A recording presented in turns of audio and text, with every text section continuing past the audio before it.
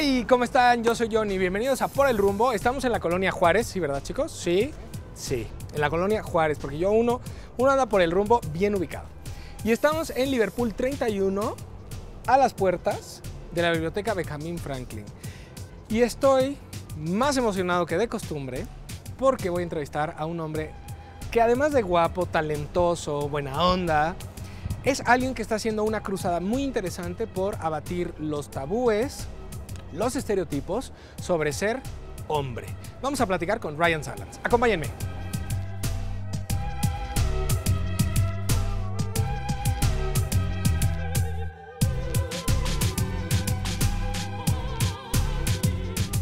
Y bien, ya estamos aquí al interior de la biblioteca Benjamin Franklin y estoy en compañía de un guapo, muy guapo, la verdad. Yo no sé ustedes en casa, pero yo estoy así como emocionado.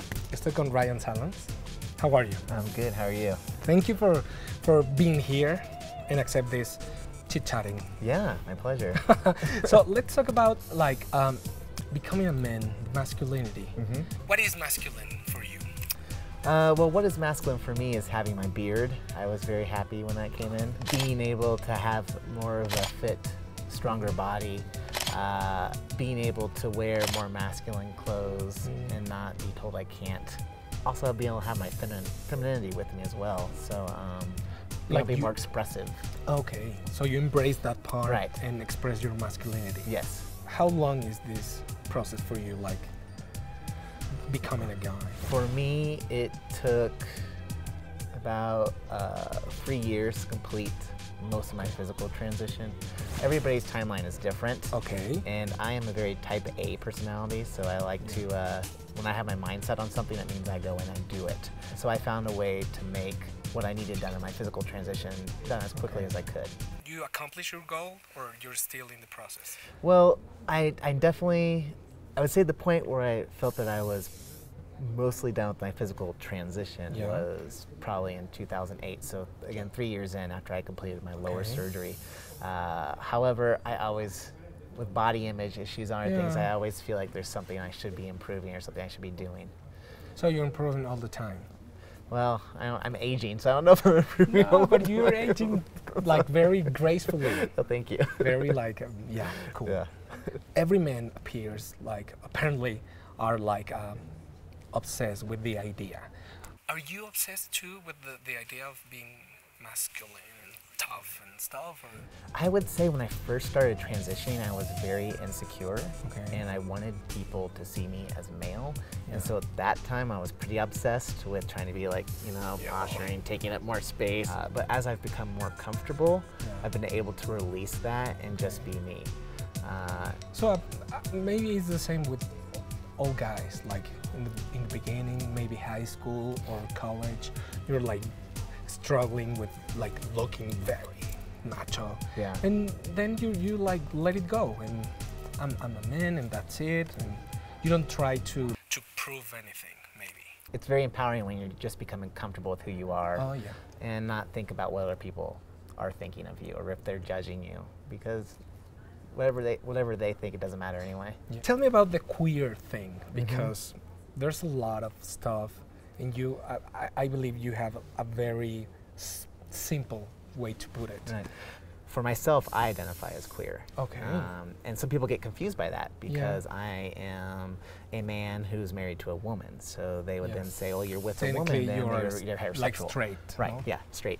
But I use the word queer because I recognize that when we look at sexual orientation, you have what's called a romantic orientation. Okay. Right? So you fall in love with someone. Right. So you have an erotic orientation. Like you feel excited about. Like you want to go to bed with them. Yeah. Right? You may not like them. You're never going to love them, but hey, yeah. Let's go, right?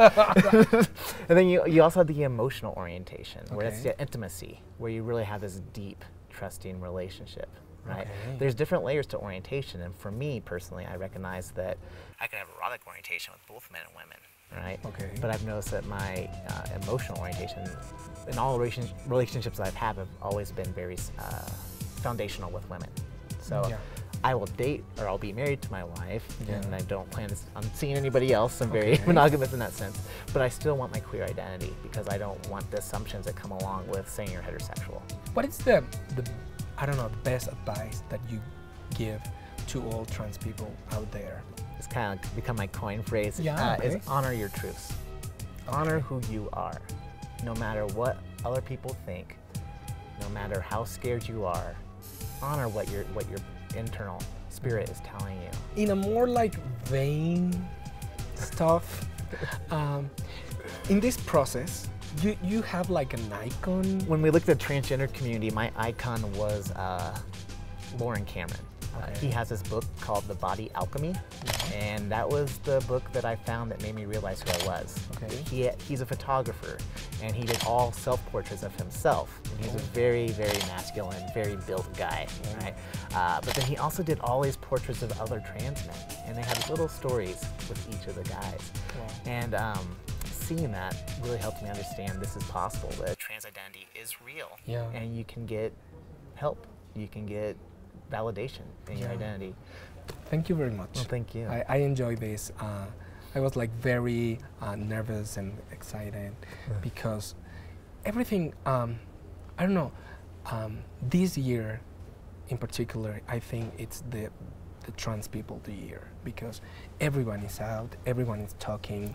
Laverne Cox was on Time Magazine. A lot of people are like receiving a lot of exposure, and I think it's amazing because we all, in a small and slow process, we are getting comfortable, and I don't know, it's not that big deal. It's like, that's it.